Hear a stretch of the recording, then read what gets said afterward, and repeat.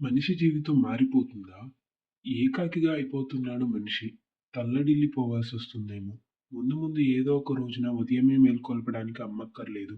Alarm app ఉంది. నడక వ్యాయామానికి మిత్రుడు తోడక్కర్లేదు. స్టెప్ కౌంటర్ ఉంది. వండి పెట్టడానికి అమ్మక్కర్లేదు. జొమాటో, స్విగ్గీ యాప్స్ ఉన్నాయి. ప్రయాణం చేయడానికి బస్ అక్కర్లేదు. ఊబర్, ఓలా యాప్స్ ఉన్నాయి.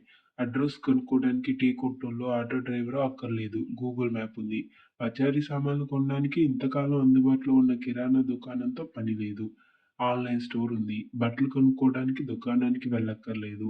అమెజాన్, ఫ్లిప్‌కార్ట్ యాప్స్ ఉన్నాయి. వెళ్లి ప్రత్యక్షంగా కలిసి నవ్వుకుంటూ మాట్లాడుకోవడానికి ఫ్రెండ్ అక్కర్లేదు.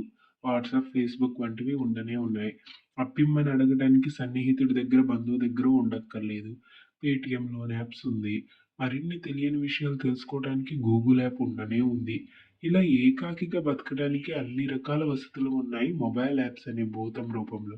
చిక్కుకుపోతున్నాం యాప్స్ వలలో. యువతలకు రాలేనంతగా అందుకని కనీసం అప్పుడప్పుడైనా సన్నిహితుల్ని కలవడానికి, కబుర్లాడడానికి, మనసారా నవ్వుకోవడానికి వీధుల్లోకొద్దాం.